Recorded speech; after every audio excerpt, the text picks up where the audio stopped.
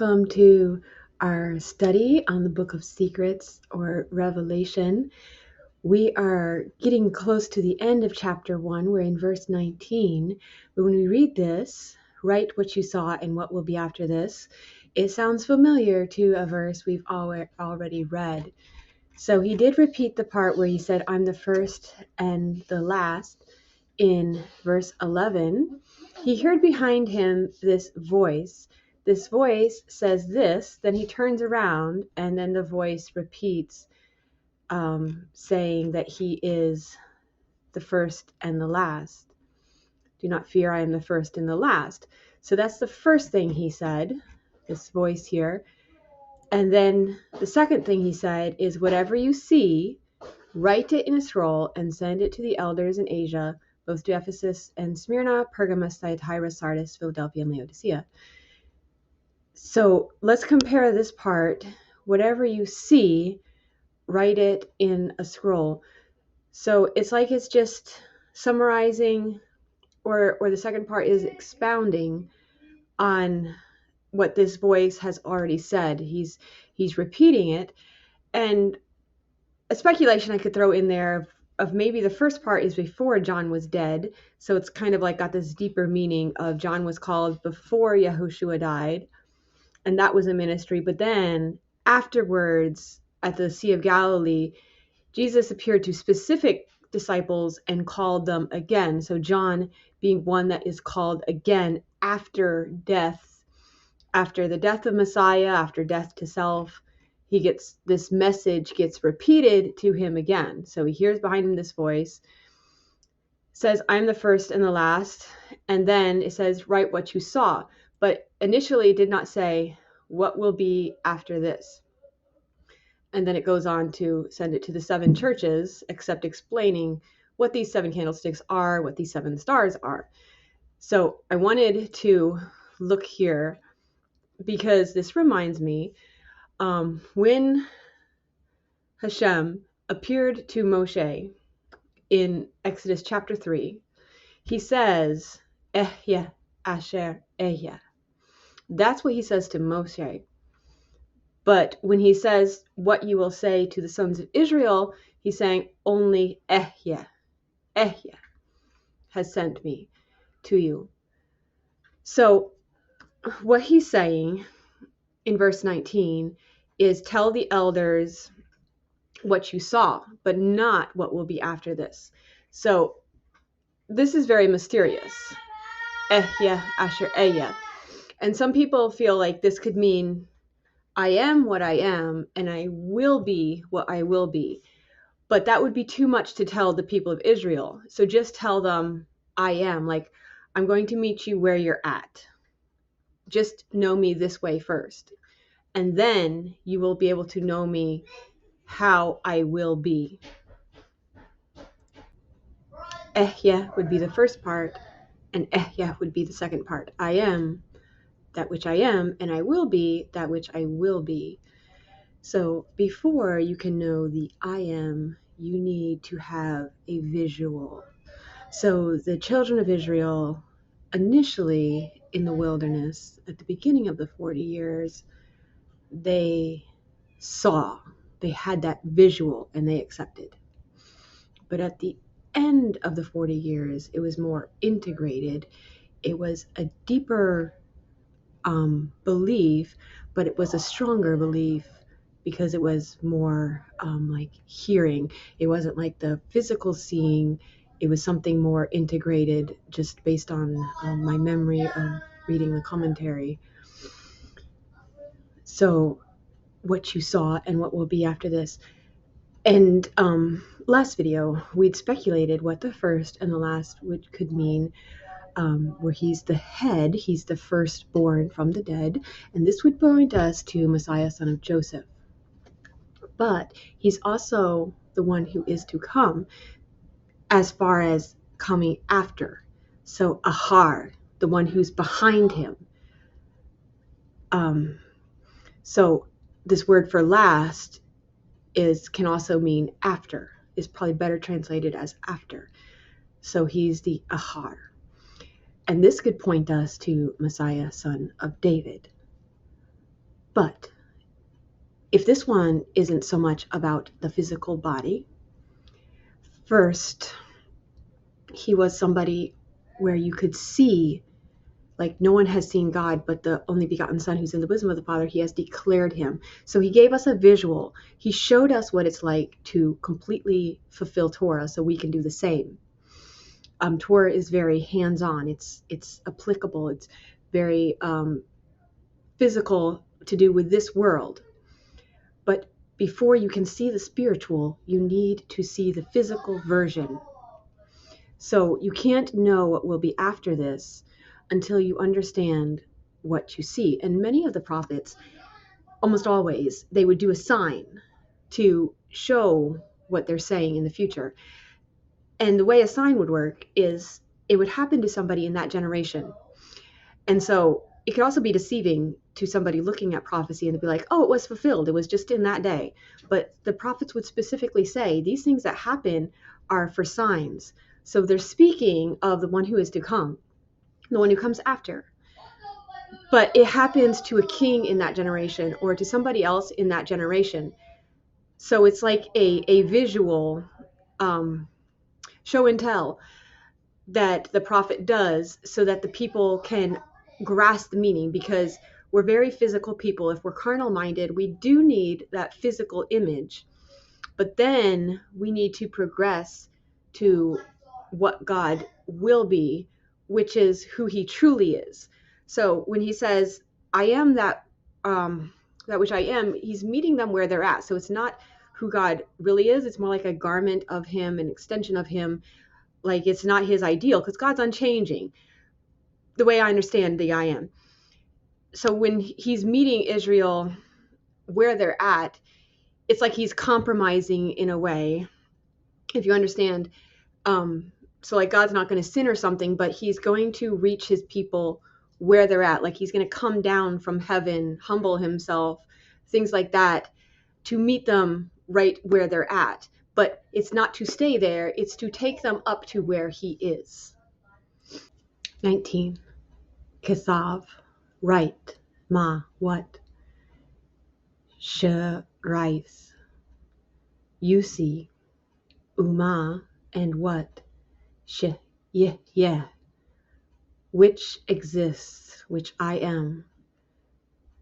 Ehar, after, similar to Aharon, Ahar, and the after. So Ehar, Kach. If you wanted to say after this, you would say Ahar Zeh being this. So it says Kach, which might be like concerning, like, and this would be, this other Kaf, same letter here, would be like a pronoun like you or this, concerning this, covering this. Comparing this with Yod Det 19, Wa La Sa, and now, Kesov, right, Ace, direct object, Asher, which, Ra, Isa, you see, Wa Asher, and which, Na Nase, be done, it's the passive of do, Ngatha, now, same word, Wa Asher, and which, Ngathis, future, Lihyoth, to, she will exist, something like that. Hare, Cain, after, thus. It's funny, this one looks just like the other word, but it's actually two different letters. This is Kach, and this is Cain. So thus, it's a noon here, and this is the ending of this letter, Kaf.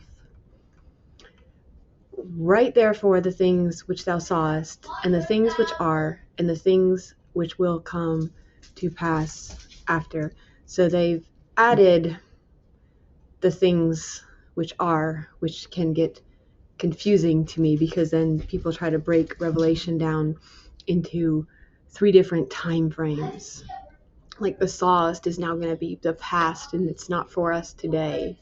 It's just a history book. So, like all of it is still relevant today, even if like it was for a sign then, it's for us today.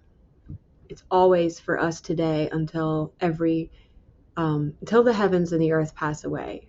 Then the jots and tittles can go on. Like it's not going to change until everything is still going to be applicable until heaven and earth pass away, which hasn't happened yet. So verse 19, la Cain, to the thus, that same word Cain again. Kethov, right? Shera Etha, which you see, where Shahena, and which behold, and which hear, because this word can get translated as behold, so, and which hear, where Shehutz Rak, Hatzar is like half, right? Or something to do with courtyard. I guess it has to do with necessary. La Ngasoth, to the do, or to do, I guess it's the infinitive of the verb. Hare, after Zoth. So here's the word for this, after this.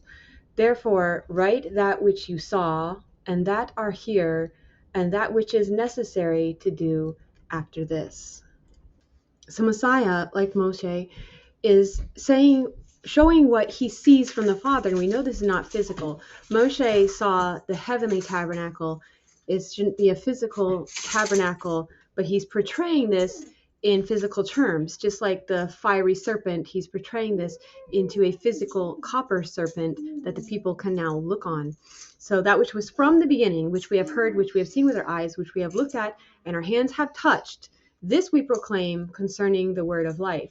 So this makes so much more sense. Write what you see.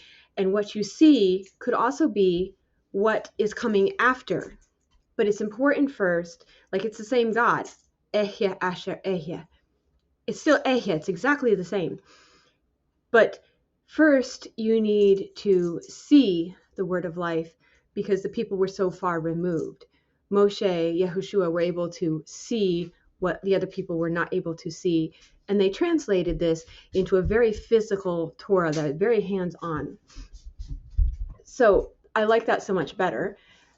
And this completely clears up this confusion of futurists, preterists. They can't use this verse if all it says is write this physical thing that you're seeing, but people should realize that it's symbolic of what is to come, that there's this deeper spiritual meaning, but people cannot just be taught the symbolic, like the spiritual meaning. First, they have to visualize it. You have to give them a physical image, and that'll be worth like 1,000 words, so many words. It'll get within their spirit. Their spirit understands it, and it will begin to be translated to them. So what he's seeing before him, for example, 7 stars and 7 menorot, send that to the elders. But what is to come, like the deeper meaning, the spiritual meaning, now we're going to get into now the confidential counsels of the 7 stars, which you saw in my right hand, and the 7 menorot of gold. So it is. The 7 stars, they are the 7 messengers, and the 7 menorot are 7 elders. So what you see is like the parables that Yehoshua only spoke to the people in, and this would be given to the elders. The elders can convey this to the people. But when they're ready, like when the disciples come and ask, what do these things mean? He would give them the deeper meaning. So verse 20, where hasod, and the secret, singular, mehasheva, from the 7, kochavim, stars, shera'ith, which you saw, beyaz, in hand, yimini, right of me, we sheva, and 7 menoroth, candlesticks, shell, like belonging to, zahav, gold, kach, that same word again,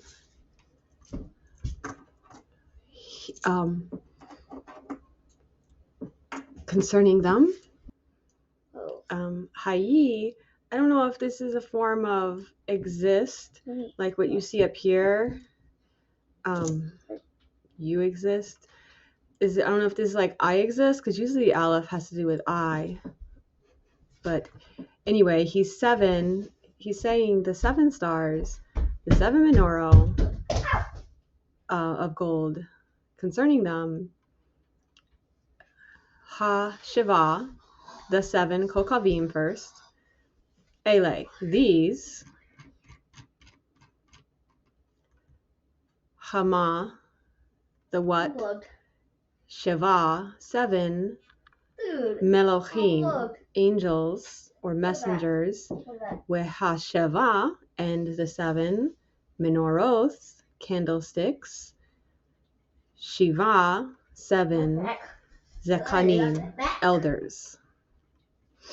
Verse 20, or kaf, et sod, direct object marker, secret, shiv'ath, 7, ha-kochavim, the stars, asher, which, ra'itha, you saw, vimini, in right of me, where ath, and direct object marker, sheva, 7, menoroth, candlesticks, ha-zahav, the golden, shiv'ath, 7, ha-chochavim, the stars, haim, they, malachi, 7, angels, sheva, 7, ha-hiloth, 5, the called out ones, the assemblies, 5, 10, where sheva, 15, and 7, wait, 1, 5, 2, ha-menoroth, 5, 3, 5, the candlesticks, 4, 5, asher, ra'itha, 6, you 5, saw, 7, 5, sheva, 7, 5, 8, kehiloth, 5, 7, 5, called 7, out ones, 5, 7, hey, 7, 5. nah. Wow. So they added Look at 7 these. churches, and Very 7 churches. big. The How about angels of the this? 7 churches, and Very the big. candlesticks are the 7 churches. This one's so similar, it's probably not necessary to read it, so you can see it here. And Hena, like hen is feminine, so Hena. So who are these angels? Are they guardian angels, literal angels? Are they the pastors of the messianic communities? Are they messengers from the communities, maybe people carrying the actual note, like somebody from the community? And the answer would be D, none of the above. So remember, the stars are the angels, and the candlesticks are the elders, not the churches. So now we can see correctly that this is not written to the angels, to the leaders of churches, but it's written to the candlesticks of the churches, the elders of the churches.